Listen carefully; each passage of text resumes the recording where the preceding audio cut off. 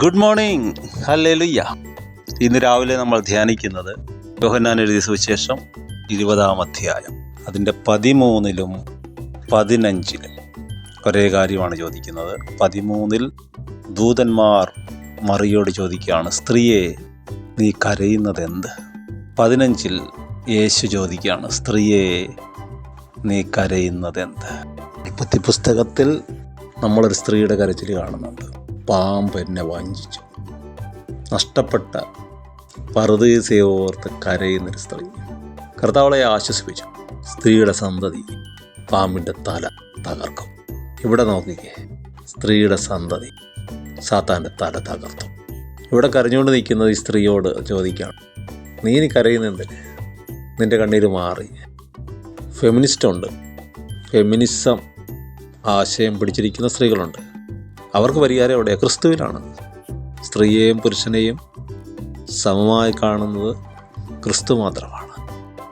ശ്രേഷ്ഠന്മാരുണ്ട്, പത്രോസുണ്ട്, യോഹന്നാനുണ്ട്. പക്ഷേ ഈ കരയുന്ന സ്ത്രീയാണ്.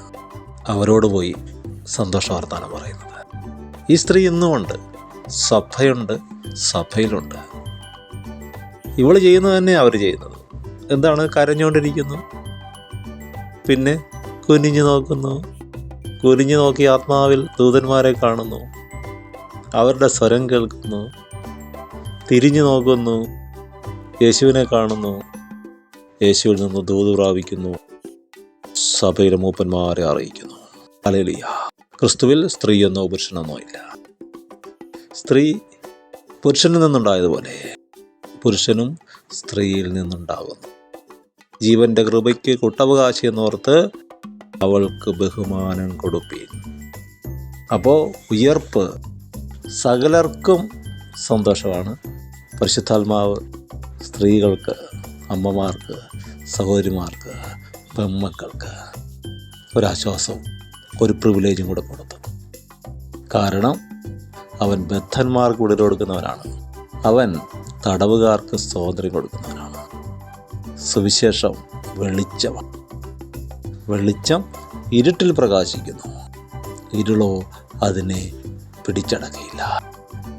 ഉയർപ്പ് സകല മാനവ വംശത്തിനുമുള്ള ഏത് മനുഷ്യനെയും പ്രകാശിപ്പിക്കുന്ന സത്യവെളിച്ചം. സുവിശേഷത്തിൽ ഉയർപ്പുണ്ട്. ഹല്ലേലൂയ.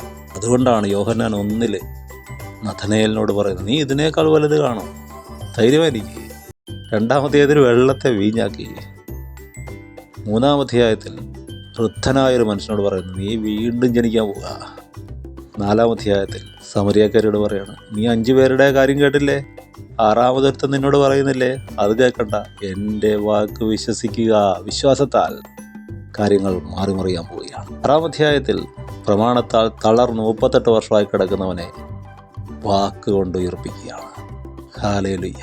ചരിത്രം മാറുന്നത് ഉയർപ്പിനാലാണ്, ഉയർപ്പിൻ്റെ ശക്തിയാലാണ്. നമ്മുടെ പ്രാണപ്രിയൻ നമുക്ക് സ്നേഹത്തോടെ നമ്മളെ സ്നേഹിച്ച് നമുക്ക് വേണ്ടി മരിച്ചതാണ് ഉയർപ്പിൻ്റെ ശക്തി. ഹല്ലേലൂയ. മരിക്കാൻ ആരെങ്കിലുമൊക്കെ ഉണ്ടായെന്ന് വരാം, പക്ഷേ പാവിയെ സ്നേഹിച്ച് അവന് വേണ്ടി തന്നെ താൻ ഏൽപ്പിച്ചു കൊടുക്കാൻ വേറെ ആരുമില്ല.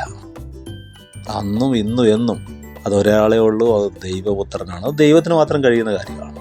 യേശു ദൈവമാണോ എന്ന് ചോദിക്കുന്നത്, അതിനുള്ള ഉത്തരം ഉയർപ്പാണ്. അവൻ്റെ സ്നേഹമാണ്, ക്രൂശിലെ സ്നേഹമാണ്.